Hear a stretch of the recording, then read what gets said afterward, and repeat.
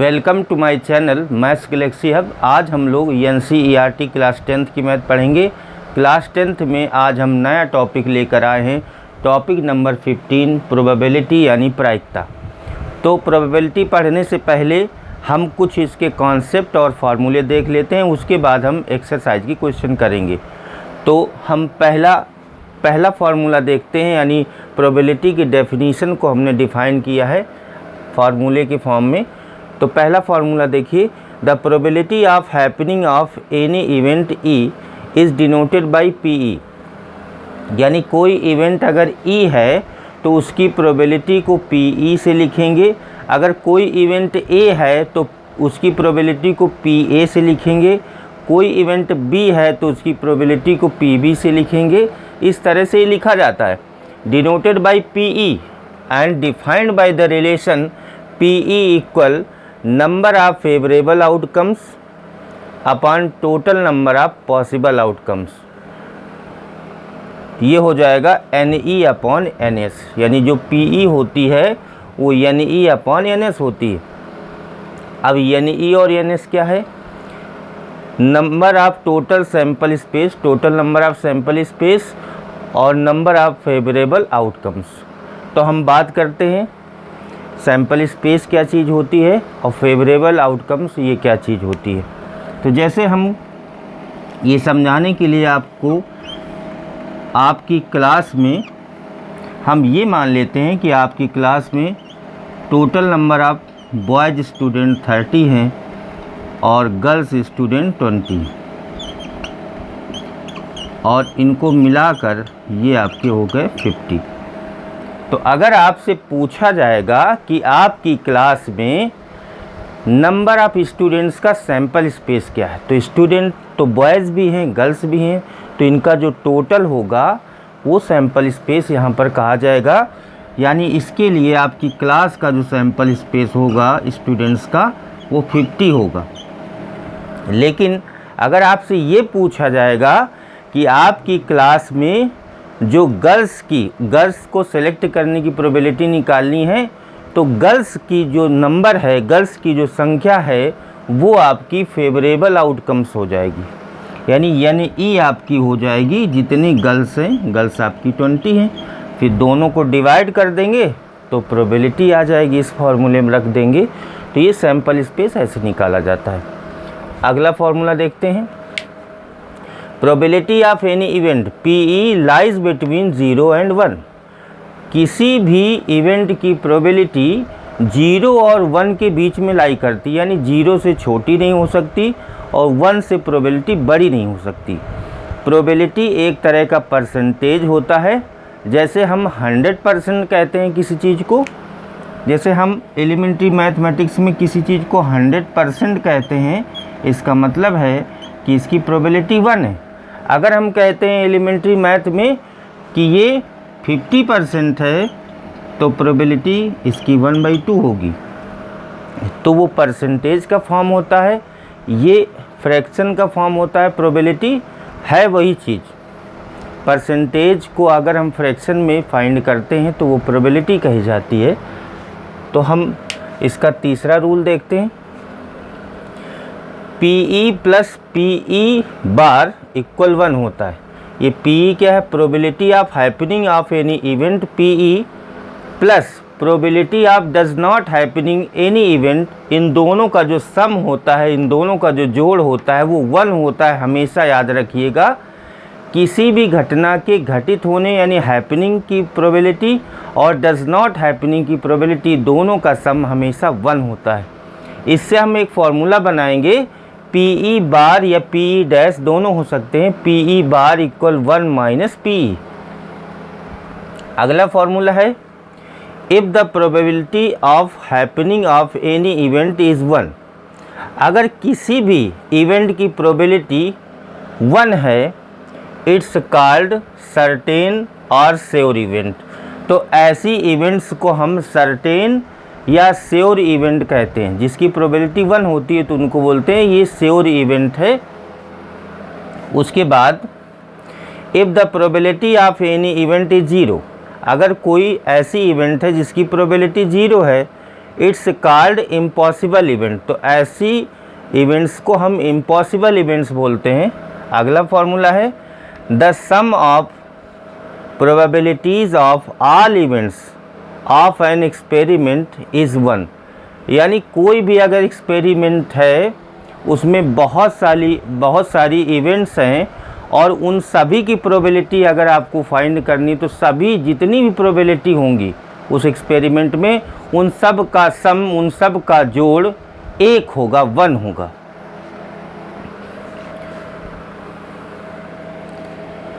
The sum of all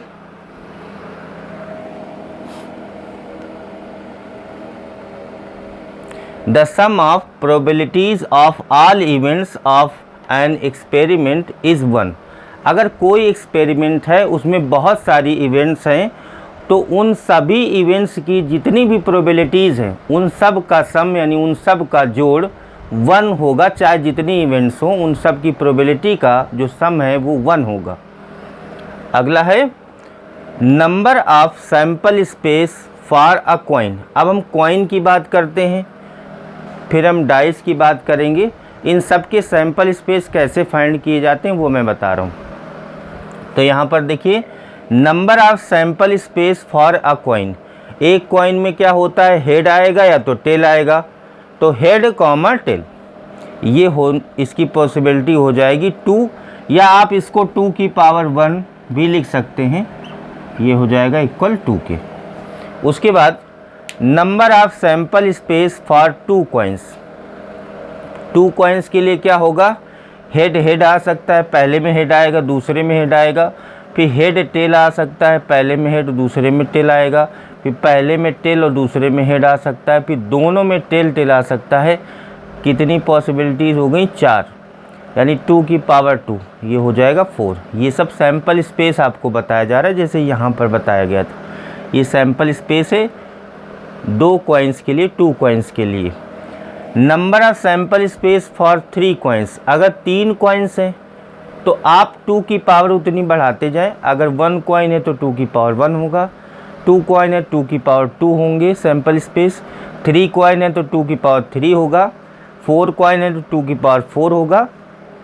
ये देख लीजिए कौन कौन से होंगे, head head head, head head tail, head tail head, tail head head, tail tail head, tail head tail, head tail tail और तीनों टेल टेल टेल, ये 8 हो जाएंगे। 2 की पावर 3 इक्वल हो जाएगा 8। ऐसे हम करते चले जाएंगे। 5 कॉइन्स होंगे तो नंबर ऑफ सैंपल स्पेस 2 की पावर 5 यानी 32 होगा। 6 होंगे 2 की पावर 6। इस तरह से हम करते चले आते हैं। फिर हम बात करते हैं डाइस की। Number of sample space for a dice. एक डाइस में कितने सैंपल स्पेस होते हैं, एक पासे में कितनी पॉसिबिलिटी होती हैं, 1 2 3 4 5 6, 1 2 3 4 5 6, ये होती है 6 या 6 की पावर 1, एक ही बात है। Number of sample space for 2 dice. 2 dice के लिए सैंपल स्पेस क्या होगा, इसको देखो करली ब्रैकेट के अंदर लिखना है। क्या होगा, पहले पासे में 1 आएगा और बाकी दूसरे में 1 2 3 4 5 6 आ सकता है। तो ये 1 1 1 2 1 3 1 4 1 5 1 6 2 1। फिर पहले में 2 आएगा, बाकी में 1 2 3 4 5 6 तक आएगा। 2 1 2 2 2 3 2 4 2 5 2 6। फिर ऐसे 3 1 से लेकर 3 6 तक, फिर 4 1 से लेकर 4 6 तक, 5 1 से लेकर 5 6 तक, 6 1 से लेकर 6 6 तक। ये हो जाएंगे टोटल 36। और अगर इसको ऐसे निकालना है कि 2 डाइस के लिए तो 6 की पावर 2 सीधे 36 आ जाएगा। अगर 3 डाइस है तो 6 की पावर 3 हो जाएगा, 216 हो जाएगा। इस तरह से हम सैंपल स्पेस निकालते हैं। उसके बाद हम बात करते हैं प्लेइंग कार्ड्स की। प्लेइंग कार्ड्स जो हम खेलते भी हैं कभी कभी, तो ये प्लेइंग कार्ड्स 52 होते हैं। और 52 प्लेइंग कार्ड्स में मैं बता देता हूँ कि इनका डिवीज़न कैसे होता है। इसमें देखिए 26 कार्ड रेड होते हैं और 26 कार्ड ब्लैक होते हैं। उसके बाद यहाँ पर ये जो ब्लैक कार्ड हैं ये स्पेड के 13 कार्ड होते हैं और क्लब के यानी हुकुम के और चिड़ी के 13-13 पत्ते होते हैं। तो ये स्पेड के 13 हो गए, क्लब के 13 हो गए। उसके बाद रेड में 2 साइन बने होते हैं, एक हार्ट का होता है, ये हार्ट के 13 होते हैं, एक डायमंड के 13 होते हैं।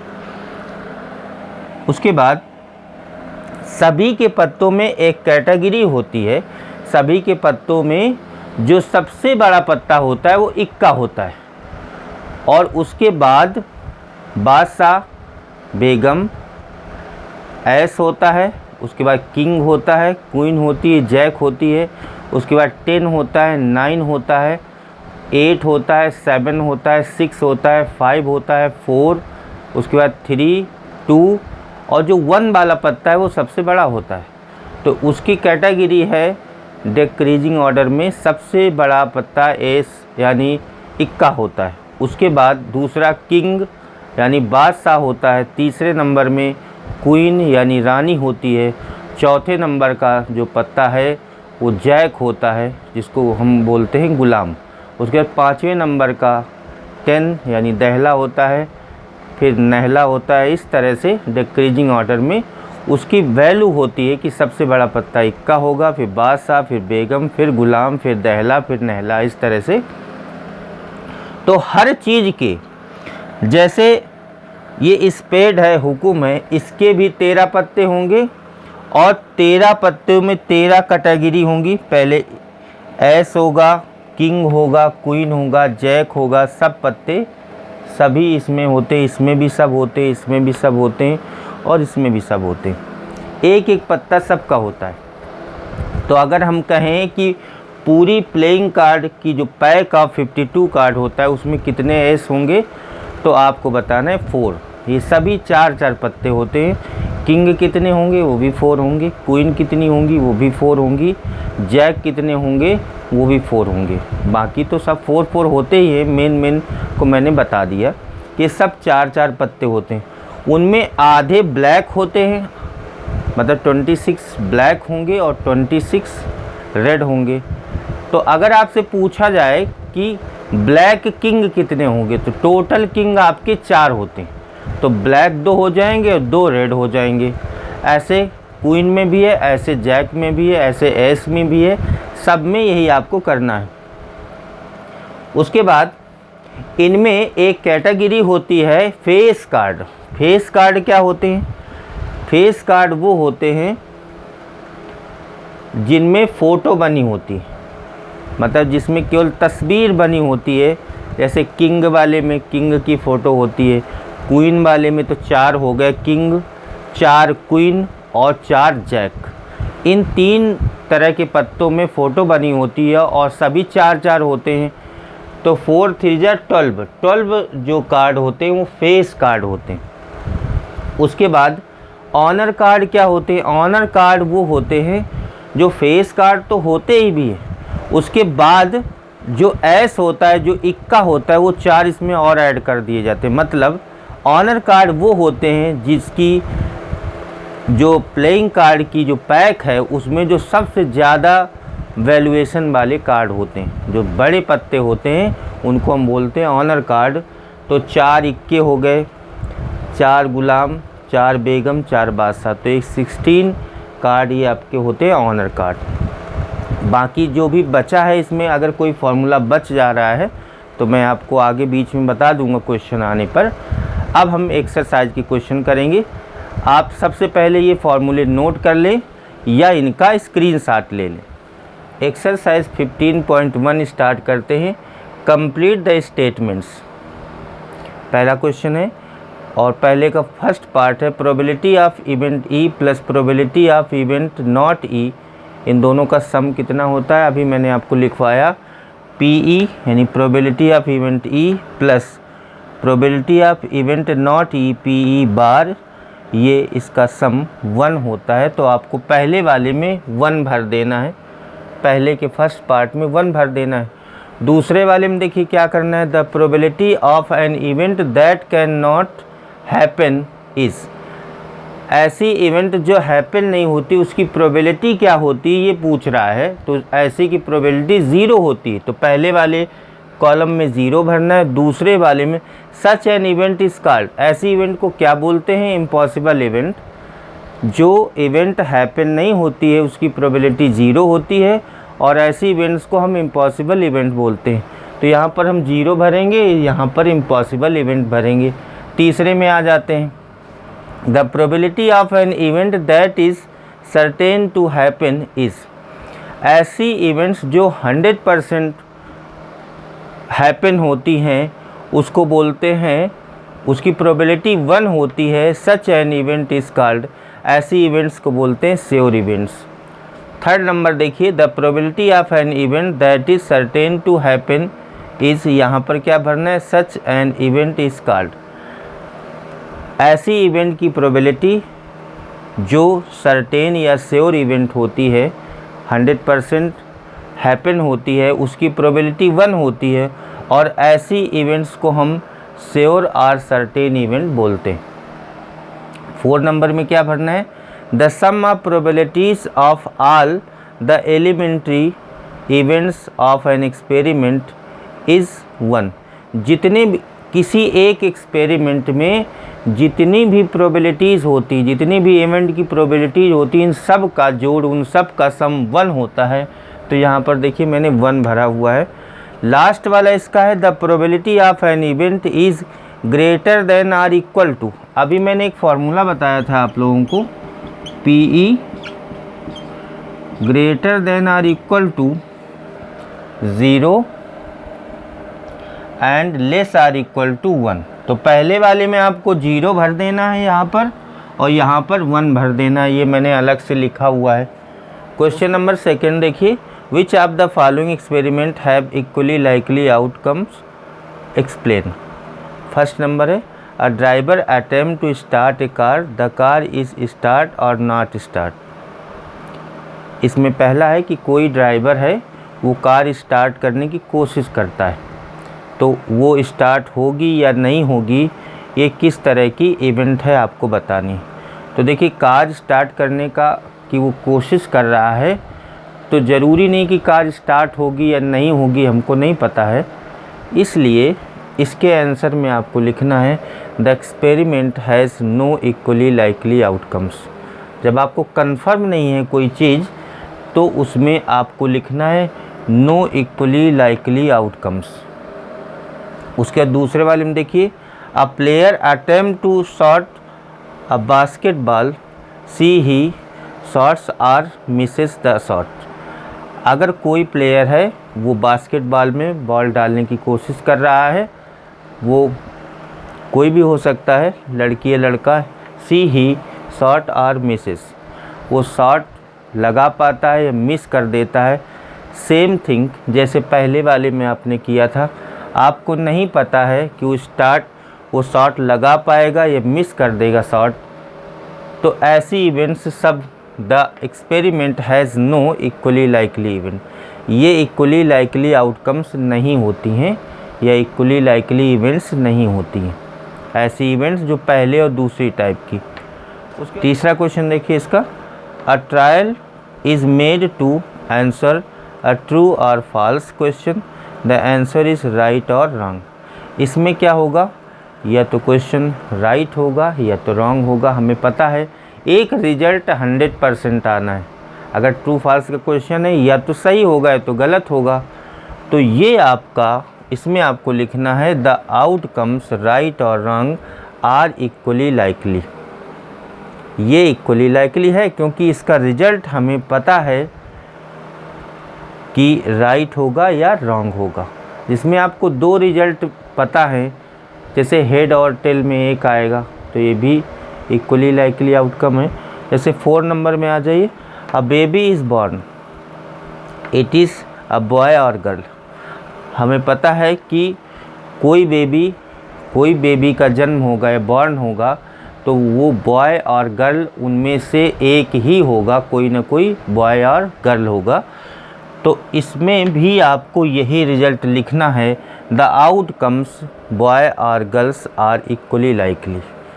क्वेश्चन नंबर 3 देखिए, why is a tossing a coin consider to be a fair way of deciding which team should be get the ball at the beginning of a football game. इसमें आपको ये बताना है कि कोई फुटबॉल गेम में सिक्के की टॉसिंग को क्यों सही माना जाता है, मतलब उसको क्यों सही माना जाता है कि जो टॉस जीतेगा वो पहले स्टार्ट करेगा, बॉलिंग से वो स्टार्ट करेगा, वो बॉल लेगा, वो टीम अपना बॉल लेगी। तो ये आपको बताना है कि ये सही है कि गलत है। तो इसके लिए हमने लिखा हुआ है द आउटकम्स हेड और tail are equally likely.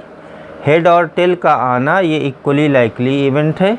So the result of the tossing of a coin is right.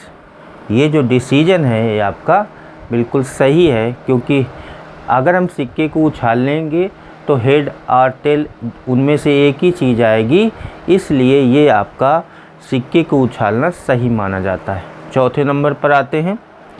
Which of the following can not be the probability of an event. इनमें से आपको बताना है कि कौन सा इसमें रॉन्ग है। मैंने अभी आपको बताया था, ये बताया है कि किसी भी इवेंट की प्रोबेबिलिटी 0 और 1 के बीच में होती है। यहाँ पर देखिए ये 2/3 ये 0 और 1 के बीच में है, ये 15% ये भी 0 और 1 के बीच में है, 0.7 ये भी 0 और 1 के बीच में है, लेकिन -1.5 ये 0 से लेस है, यानी ये बी इसका पार्ट पॉसिबल नहीं है।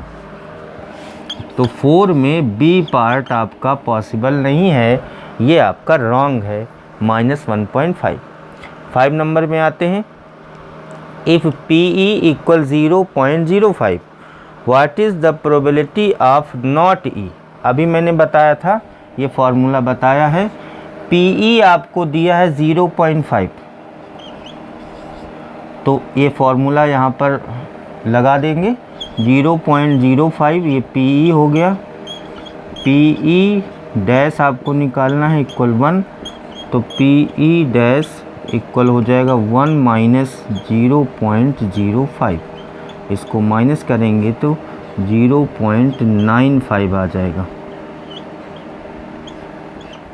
क्वेश्चन नंबर 6 पे आ जाइए। A bag contains lemon flavoured candies only. Malini takes out 1 candy without looking into the bag. What is the probability that she take out. सबसे पहले एन ऑरेंज फ्लेवर्ड कैंडी, उसके दूसरे में है ए लेमन फ्लेवर्ड कैंडी। तो देखिए उसमें बैग में लेमन फ्लेवर्ड कैंडी है और पहले वाले में आपसे पूछा जा रहा है ऑरेंज फ्लेवर्ड कैंडी, यानी ये तो उसमें है ही नहीं। जब ये है नहीं है 6 के फर्स्ट में, जब ऑरेंज फ्लेवर की कोई कैंडी नहीं है बैग में, तो इसका मतलब है कि वो प्रोबेबिलिटी उसकी है 0 हो जाएगी, और ऐसी जिसकी प्रोबेबिलिटी 0 हो जाएगी उसको हम बोलते हैं इम्पॉसिबल इवेंट। Impossible event. और सेकंड में देखिए, सेकंड में पूछा जा रहा है अ लेमन फ्लेवर्ड कैंडी, क्योंकि उसमें केवल लेमन फ्लेवर्ड कैंडी है, 100% लेमन फ्लेवर्ड हैं, तो उसकी जो प्रोबेबिलिटी होगी वो 1 हो जाएगी। ये इसको बोलते हैं श्योर इवेंट। 1 प्रोबेबिलिटी हो जाएगी तो श्योर इवेंट हो जाएंगी। यही आपसे पूछा जा रहा है। क्वेश्चन नंबर 7 देखिए। It is given that in a group of 3 students the probability of 2 students not having the same birthday is 0.992। What is the probability that the 2 student have the same birthday. तो हम ये मान के चलते हैं, let E be the event not having the same birthday. हम ये मान के चलते हैं कि जो आपकी इवेंट दी गई है not having the same birthday की दी गई है, उसको हम ई मानते हैं। इसका मतलब है प्रोबेबिलिटी ऑफ ई ये आपको दिया है 0.992। उसके बाद आपसे पूछा जा रहा है what is the probability that 2 student have the same birthday. तो नॉट की हमने मानी है ई, तो हैव सेम बर्थडे की आपको प्रोबेबिलिटी निकालनी है, मीन आपको निकालना है PE डैश, नॉट ई का मतलब PE बार, ये आपको फाइंड करनी है। तो मैंने दो इम्पॉर्टेंट फार्मूले यहाँ पे लिखे हुए हैं, तो इसमें ये पहला वाला दूसरा वाला फार्मूला लग जाएगा, PE plus PE bar equal 1, ये फार्मूला होता है। तो PE है 0.992 प्लस PE बार आपको फाइंड करना है इक्वल 1, तो PE बार ये हो जाएगा 1 माइनस 0.992, इसको जब आप माइनस करेंगे तो आ जाएगा 0.008, ये आपकी हो जाएगी PE बार। यानी what is the probability of two student have the same birthday की प्रोबेबिलिटी आपकी हो जाएगी 0.008। क्वेश्चन नंबर 8 देखिए, a bag contain 3 red balls and 5 black balls. A ball is drawn at random from the bag. What is the probability that the ball drawn is red and second में not red?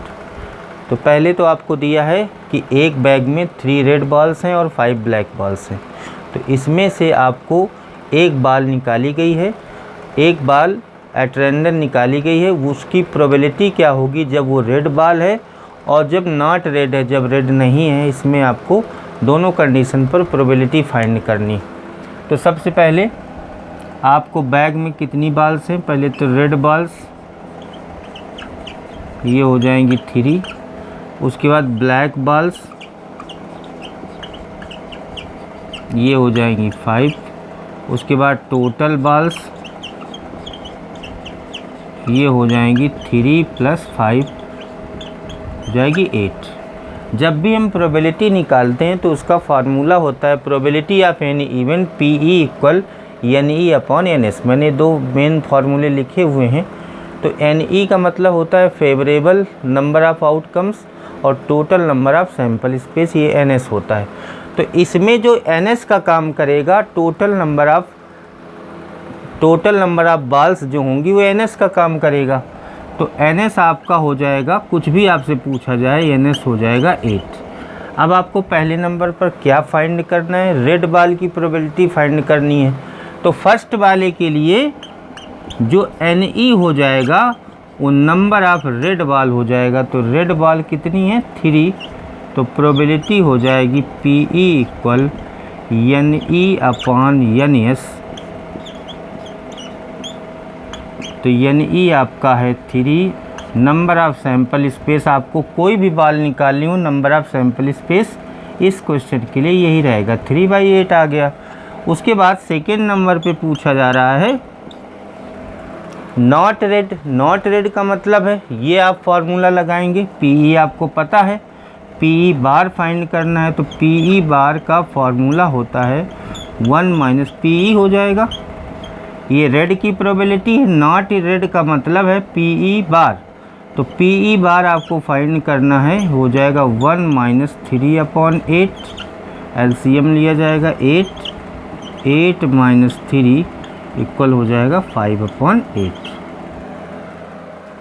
Question number 9 देखिए, अ box contain 5 red marble, 8 white marbles and 4 green marbles. 1 marble is taken out of the box at random. What is the probability that the marble taken out will be red, white, not green. तो एक box में 5 red marble हैं, 8 white marble हैं और 4 green marble हैं। उससे एक marble निकाला जाता है, उसकी प्रोबेबिलिटी रेड होने की, वाइट होने की और ग्रीन ना होने की प्रोबेबिलिटी आपको फाइंड करनी है। तो सबसे पहला काम आपको करना है, रेड मार्बल्स आपने लिख लिए 5, वाइट मार्बल्स 8 हो गए, ग्रीन मार्बल्स 4 हो गए। टोटल नंबर ऑफ़ मार्बल्स ये आ गए 17। मैंने इसके ऊपर वाले क्वेश्चन में आपको बताया था जितने टोटल नंबर ऑफ़ मार्बल्स होंगे वो total number of sample space होगा, इसको बोलते हैं NS। इस क्वेश्चन में NS का काम सभी के लिए यही करेगा 17। तो NS आपका इस क्वेश्चन के लिए 17 हो जाएगा। अब आपको ये डिपेंड करता है NE क्या होगा, वो आपके क्वेश्चन पे डिपेंड करता है। तो रेड बॉल की प्रोबेबिलिटी पूछी जा रही है, तो फर्स्ट पार्ट में देखिए, फर्स्ट पार्ट के लिए रेड बॉल कितनी है, रेड मार्बल्स कितने हैं, 5 हैं, तो NE हो जाएगा रेड के लिए 5, तो प्रोबेबिलिटी हो जाएगी आपकी PE हो जाएगी NE upon NS, NE upon NS तो हो जाएगी 5/70। उसके बाद सेकेंड पार्ट देखिए, वाइट के लिए, वाइट के लिए NE क्या हो जाएगा, कितने मार्बल्स हैं वाइट, 8 मार्बल्स हैं, तो PE हो जाएगा, NE है 8, NS तो सबके लिए वही रहेगा, ये 8/17 हो जाएगा। उसके बाद थर्ड में देखिए, ग्रीन के लिए प्रोबेबिलिटी हम पहले निकाल लेंगे, फिर नॉट ग्रीन की प्रोबेबिलिटी उससे फाइंड कर लेंगे।